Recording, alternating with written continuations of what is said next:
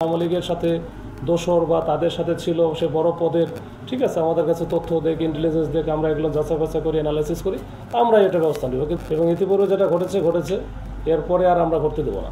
5 আগস্টের পরবর্তী সময়ে যে ধারাবাহিকতাগুলো বেশ কিছু ঘটনা ঘটেছে, হয়তো ওইটার আলোকেই তারা গেছে, কিন্তু আমরা এটার ব্যাপারে একেবারে স্ট্রিক্ট এবং আমাদের আইজিপি স্যার থেকে শুরু করে পুলিশের ঊর্ধ্বতন কর্মকর্তারা, আমাদের কমিশনার স্যারও মানে একেবারে খুবই জিরো টলারেন্সের ব্যাপারে যে এই মব সৃষ্টি করে কাউকে যেন মব সৃষ্টি করে কোনো কিছু করা না হয়। এটার ক্ষেত্রে পুলিশের অবস্থান একেবারে কালকে যে সেই পরশুদিন যেটা দেখেছেন সেম অবস্থানটা আমাদের এখন থেকে দেখতে পাবেন।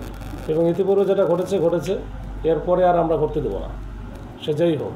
যদি আমরা বলেছি যে এরকম কোনো বিষয় যদি থাকে যে আওয়ামী লীগের সাথে দোসর বা তাদের সাথে ছিল সে বড় পদের, ঠিক আছে, আমাদের কাছে তথ্য দেখ, ইন্টেলিজেন্স দেখ, আমরা এগুলো যাচাই বাছাই করি, অ্যানালাইসিস করি, আমরা এটা ব্যবস্থা নেব। কিন্তু সবাই যদি পুলিশ হয়ে যায়, সবাই যদি আইনশৃঙ্খলা বাহিনীর সদস্য হয়ে নিজের আরেকজনের দায়িত্ব নিজে তুলে নেই, এইটা তো দেশে একটা এনআরকি তৈরি করবে। এই এনআরকি বা ললেস কান্ট্রি আমরা হতে দিতে পারি না বা হতে দিতে চাইও না। এটার ব্যাপারে আমাদের কঠোর অবস্থান থাকবে ইনশাআল্লাহ।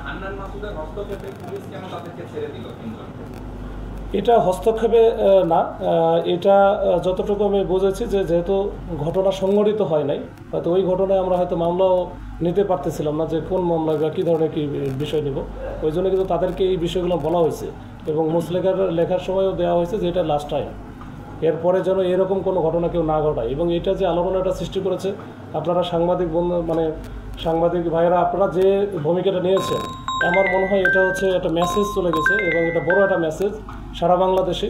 এটা আমার পরবর্তীতে এই ধরনের ঘটনা না ঘটানোর জন্য এটা মনে একটা বড় একটা মেসেজ এটা গিয়েছে। এবং আমরা চাইছি যে এরপরে যেন কোনো ঘটনা না ঘটে, যেটা ঘটছে শেষ, এটা ফুল স্টপ।